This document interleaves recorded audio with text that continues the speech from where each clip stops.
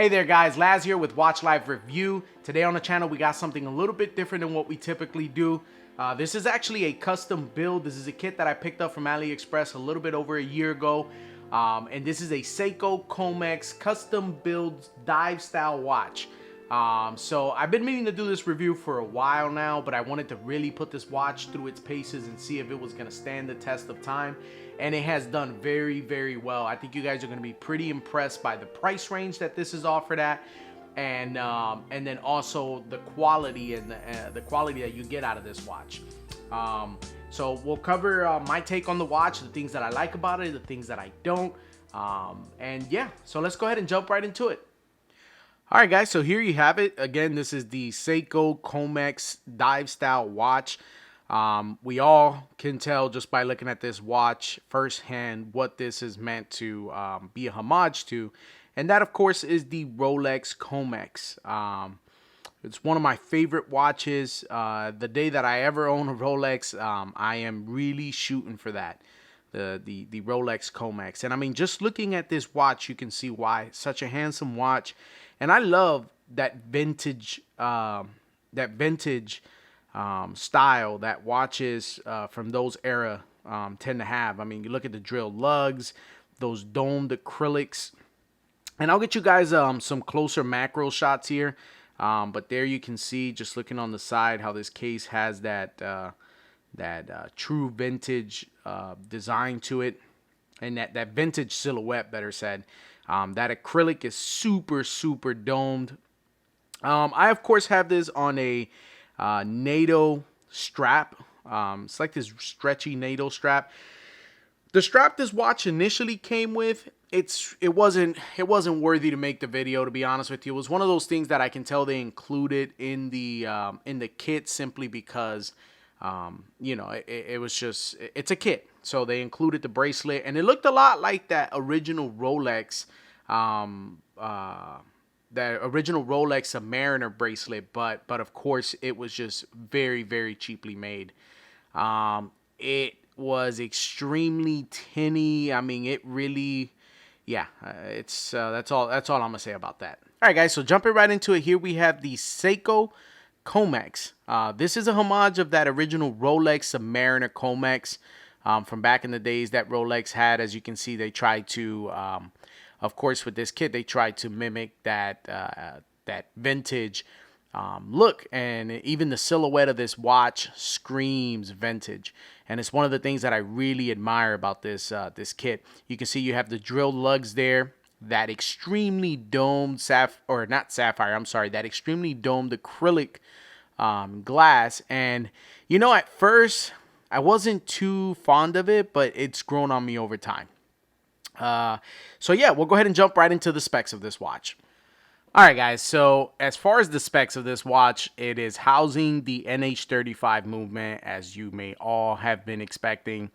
It's one of those movements that's super inexpensive when buying in bulk, and it's a great movement. So not much to be said there.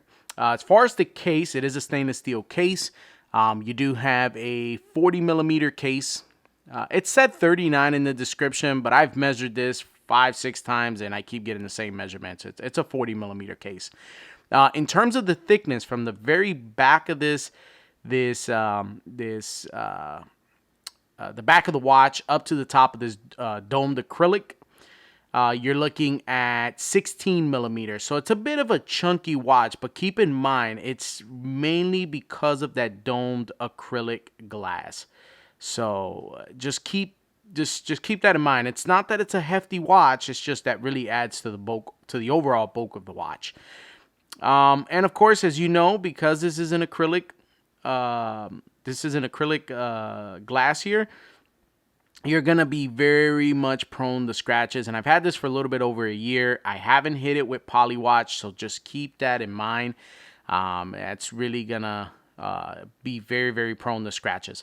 Now, as far as the bezel on this watch, it is a unidirectional bezel, so you can, it's a friction bezel as well, so you can actually spin this any way.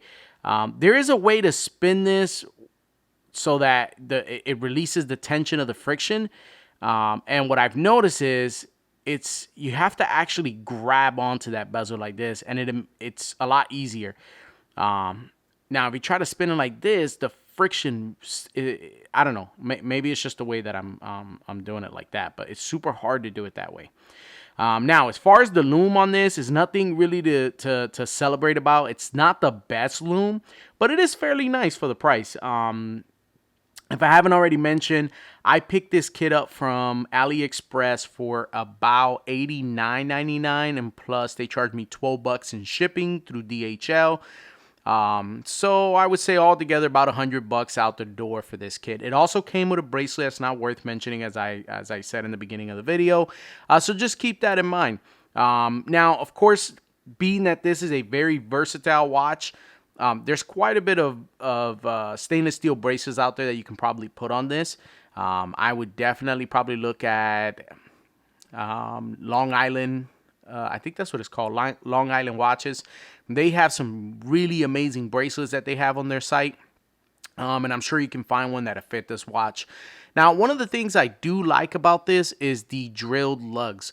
That's something that I wish all manufacturers did. If they were able to do this at such an inexpensive price, I don't think it's that much for other manufacturers to do the same. That's going to allow you to make it easy on you to swap out these straps. So that's one of the things that I really like. Now, one of the things that stood out to me about this watch that I'm not too much of a fan of is this crown. It doesn't sit like flush to this here, and that really digs into the wrist. So, and granted, I know all watches are for the most part, they're gonna do a little bit of digging on the wrist, but this is a little bit excessive, guys. I wish they would have definitely made that a little more flush to the crown guards here. As far as this bezel insert, it is an aluminum bezel insert. Nothing really to complain about there. What I'm probably gonna do over time is change this out for a more vintage style bezel insert, something that has that bluish tint to it that some of these vintage watches tend to have over time. But yeah, now as far as this dial, I'm a big sucker for matte dials. Anyone who's watched my videos in the past will know that I've mentioned that quite a bit, and I love the way this dial looks. The hands, everything screams vintage on here. Now, the loom, I wish they would have used something a little bit more on the cream side. This is a little more kind of a salmon color. And I don't know, it seems like an artificial vintage design, and I'm not digging that too much. So I wish they would have went with something a little more cream. That would have looked a lot better. In terms of the strap size that you would use for this, or the lug width, this is going to be a 20 millimeter lug width. So just keep that in mind when purchasing straps. You'll be looking for a 20 millimeter lug width. So yeah, guys, there you have it. That's pretty much my take on this. You could probably pick this bad boy up for about $89. I'm going to see if I can find the link on AliExpress so that I can put that on the description below.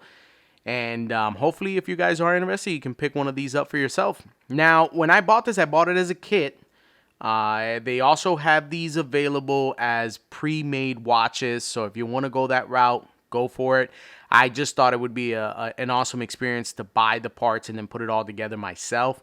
The movement came separate, the dial came separate, the hands, the bezel came pre-installed, the acrylic came pre-installed, and the back came pre-installed. Also, the stem, which was pretty neat of them to do because I didn't have the tools to cut the stem, it actually came cut to length. So keep that in mind when buying your kit. Hopefully it does come cut to length. If not, make sure you have the proper tools to be able to cut that stem. But yeah, and again, being that this is an NH35, you'll find that there is a ghost position there, meaning that that's for the date, but of course there's no date window on this dial, so it doesn't matter. It's a lot easier, I guess, to set time, and to be honest with you, this is a much cleaner view than having a date window. Some people like them, some people don't. It really depends on the style of watch. For me, I like them on divers. I'm just not a fan of them on chronographs because they're busy watches as it is, and more dressier watches. I'm not that much of a fan to see date windows on dressier watches. The cleaner, the better. But yeah, there you have it, guys. This is my take on this watch. I'm a big fan of this watch.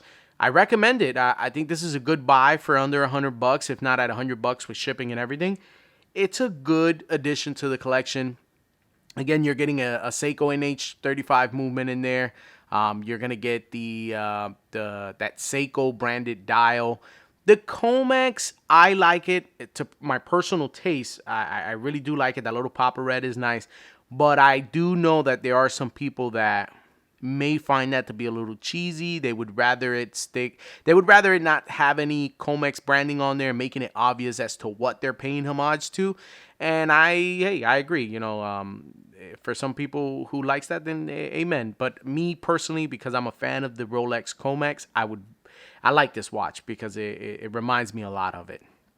But yeah, guys, thank you for tuning in. Thank you for following the channel. If you haven't already subscribed, please go ahead and subscribe. Drop a comment and drop a like and a comment below. And let me know if this was something that you think would make a good addition to your collection. Then drop it in the comments below as well. And if you already own this watch, well, let me hear your take on it. Till the next one.